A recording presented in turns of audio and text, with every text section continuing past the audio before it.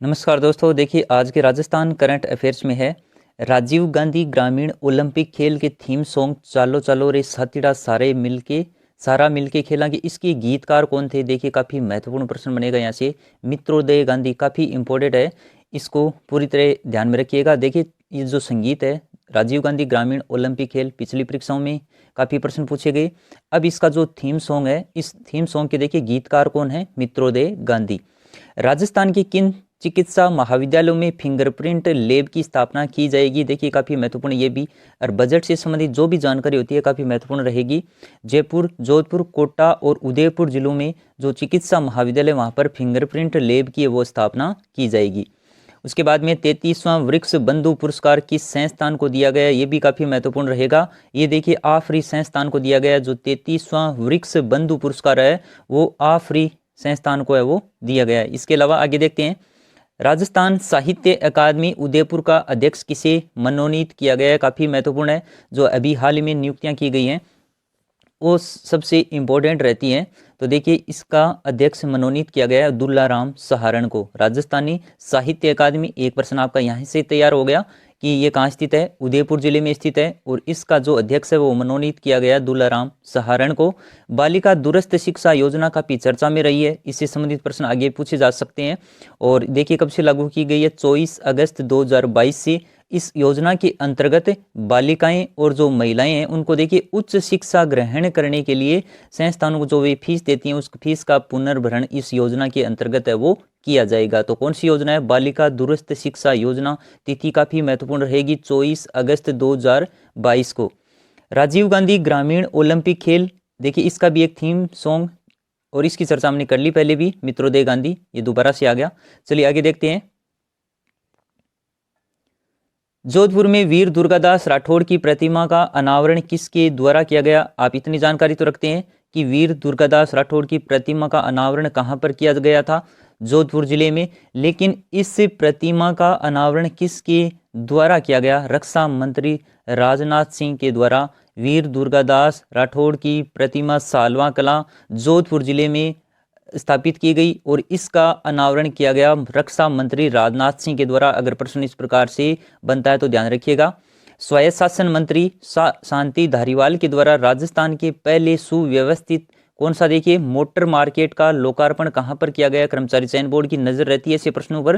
तो motor market का लोकार्पण देखिए किया गया कोटा जिले में। काफी इंपोर्टेंट है, ध्यान से देखिएगा इसको। वैसे हमने इसकी चर्चा कई बार कर चुके हैं, लेकिन जो महत्वपूर्ण होते हैं उनको दोबारा से अगर शामिल किया जाता है तो आपका रिविजन हो जाएगा उससे। बजट घोषणा 2022-23 के अनुसार राजस्थान के किन जिलों में इंक्यूबेशन सेंटर स्थापित किए जाएंगे? तो देखिए जैसे फिंगरप्रिंट लैब की स्थापना की जा रही है वैसे ही इंक्यूबेशन सेंटर जो बजट की 2022-23 में घोषणा की गई थी, तो कोटा, बीकानेर और चूरू जिला तीनों को ध्यान में रखिएगा। यहाँ पर इंक्यूबेशन सेंटर वो स्थापित किए जाने प्रस्तावित हैं।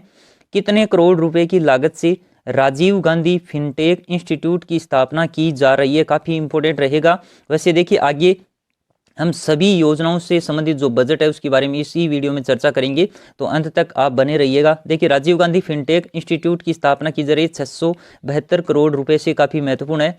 सबसे पहले तो ये पूछा जा सकता है कि इसमें कितना बजट है वो प्रस्तावित किया गया, तो ध्यान रखिएगा, काफी महत्वपूर्ण है।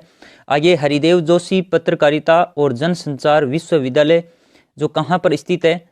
देखिए सुधीर राजीव इनसे संबंधित चर्चा में रहे हैं इस विद्यालय से संबंधित, और ये प्रश्न पूछा भी जा चुका है कि किस जिले में स्थित है? जयपुर जिले में। हरिदेव जोशी पत्रकारिता और जनसंचार विश्वविद्यालय का कुलपति सुधीर राजीव को बनाया गया है। इसकी चर्चा हमने पहले भी की थी, काफी महत्वपूर्ण है। और ये किस जिले में स्थित है? एक एग्जाम में पीछे ही पूछा गया है, तो ये जयपुर जिले में है।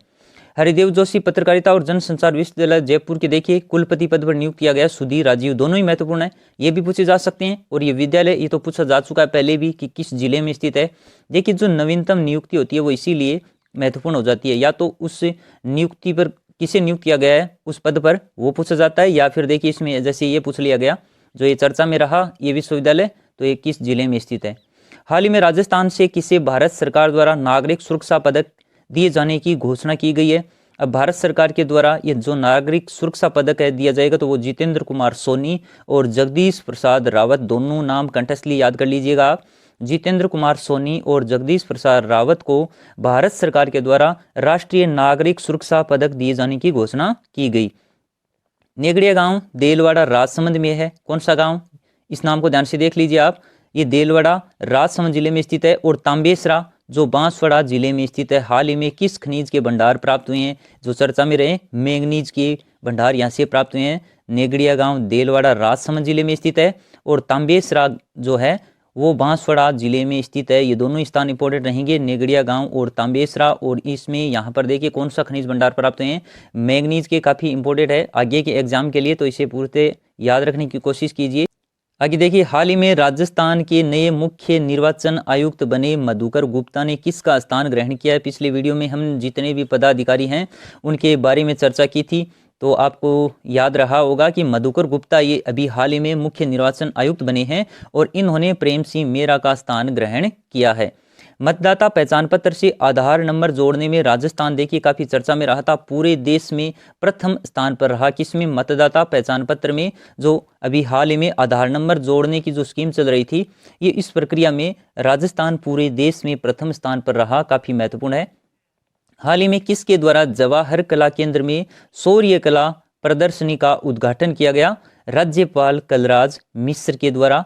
हाल ही में मुख्यमंत्री अशोक गहलोत द्वारा बांसवाड़ा के सांग डोंगरी में किस पुल की आधारशिला रखी गई, काफी इंपॉर्टेंट है, एग्जाम में भी आ चुका है ये। तो मुख्यमंत्री अशोक गहलोत द्वारा बांसवाड़ा के सांग डोंगरी में अनास पुल की वो आधारशिला रखी गई। अब देखिए आर्थिक समीक्षा में, वैसे आंकड़े ये आपको पहले ही उपलब्ध करवा दिए गए हैं, इससे संबंधित पीछे एग्जाम में प्रश्न आ चुका है 2 प्रश्न पत्रों में लगातार 2 बार, कभी स्थिर कीमतों पर कभी प्रचलित कीमतों पर, तो इसे फिर से देख लीजिएगा, आगे भी आने की पूरी संभावना रहेगी।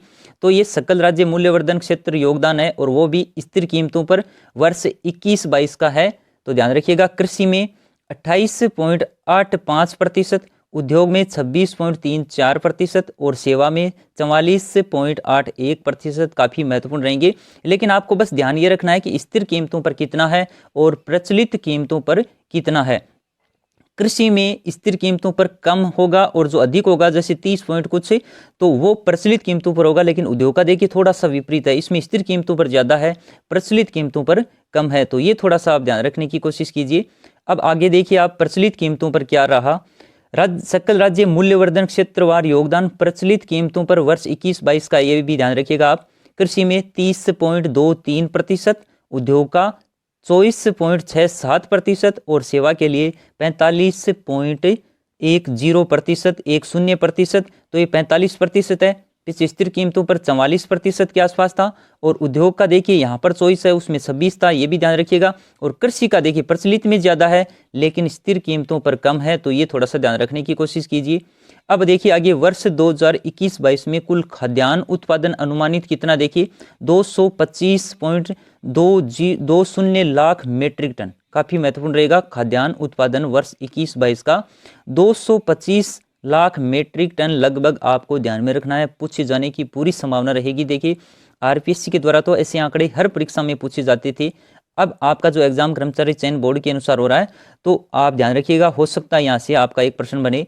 और राज्य अधिष्ठापित ऊर्जा अधिष्ठापित क्षमता दिसंबर 2021 तक के आंकड़े हैं, उसके अनुसार देखिए कितना है, 23,321 मेगावाट के लगभग ऊर्जा अधिष्ठापित क्षमता है। आप ऐसे याद रखने की कोशिश कीजिए, पहले 23, अब इसका थोड़ा सा उल्टा कर दीजिए आप, 32 हो जाएगा, जैसे 2 3 उसके बाद में 3 2, तो इतने 4 अंक भी अगर आप याद रखने की कोशिश कीजिए करेंगे तो भी आपका ये प्रश्न वो सही होने की पूरी संभावना रहेगी। उसके अंत में एक, तो ये ऊपर के जो प्रारंभ के आंकड़े हैं वो थोड़ा सा ध्यान रखने की कोशिश कीजिए अगर आपसे वैसे याद नहीं हो रहा तो। अब देखिए प्रमुख योजनाओं पर बजट कितना प्रस्तावित है, इससे संबंधित पहले भी प्रश्न पूछे गए हैं, आगे भी पूरी संभावना रहेगी।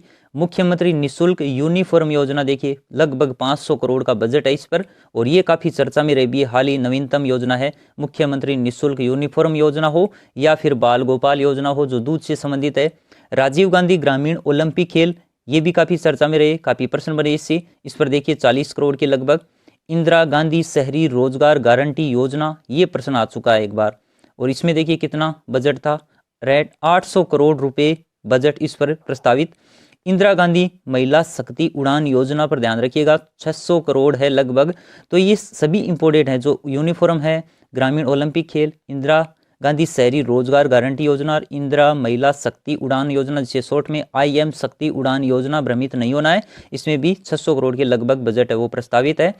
फिर देखिए राष्ट्रीय उष्ण संरक्षण योजना काफ़ी महत्वपूर्ण है और इससे संबंधित प्रश्न पूछे जा सकते हैं। इसकी चर्चा हमने पहले बहुत की है कि इसमें ऊँट का बच्चा होने पर 2 किस्तों में 10,000 रुपये की राशि, सहायता राशि प्रदान की जाएगी। तो देखिए इसमें खर्च कितना किया जाएगा, 2.60 करोड़ रुपये इस पर खर्च किए जाएंगे। इंदिरा रसोई योजना भी काफ़ी महत्वपूर्ण है, इस पर देखिए 250 करोड़ रुपये खर्च किए जाएंगे। मुख्यमंत्री बाल गोपाल योजना और इस पर 476.44 करोड़ रुपए स्टार लगा लीजिए इसके, ये काफ़ी महत्वपूर्ण रहेगी, इसकी संभावना पूरी की पूरी रहेगी पूछे जाने की। फिर 10 जिलों में 11 स्टेडियम के लिए 16.50 करोड़ रुपए और राजीव गांधी फिनटेक इंस्टीट्यूट पर देखिए 672 करोड़ रुपए, ये भी काफ़ी महत्वपूर्ण है। अब देखिए इसमें से अगर सभी याद न हो तो ये जो 4-5 ऐसी योजनाएं हैं इनका जरूर आप ध्यान रखिएगा, जैसे मुख्यमंत्री बाल गोपाल योजना है, राजीव गांधी फिनटेक इंस्टीट्यूट है, तो ये सभी ये 2-4-5 योजनाएं काफ़ी महत्वपूर्ण है, इनकी पूरी संभावना रहेगी पूछे जाने की। इसके अलावा आप देखिए इंदिरा गांधी मातृत्व पोषण योजना, ये भी काफ़ी महत्वपूर्ण है, 210 करोड़ रुपए। 18वीं राष्ट्रीय स्काउट गाइड जम्बूरी, ये भी जैसे राजीव गांधी ग्रामीण ओलंपिक खेलों की तरह ये भी काफ़ी चर्चा में रही, तो इस पर देखिए 25 करोड़ रुपए। अब जो कोष बनाए गए हैं इस पर देखिए पर्यटन कोष पर 1000 करोड़ रुपए, SC/ST कोष बनाया उस पर 500 करोड़ रुपए और EWS जो कोष बनाया गया इस पे 100 करोड़ रुपए। तो इनमें से भी एक की पूछे जाने की संभावना हो सकती है। ज़्यादातर संभावना देखिए जो योजनाएं जैसे इंदिरा गांधी मातृत्व पोषण योजना है या पीछे जितनी भी हमने चर्चा की है 4-5 योजनाएं, उनके बारे में प्रश्न बनने की पूरी संभावना रहेगी। आज के लिए इतना ही, मिलेंगे अगले वीडियो के साथ। Thank you.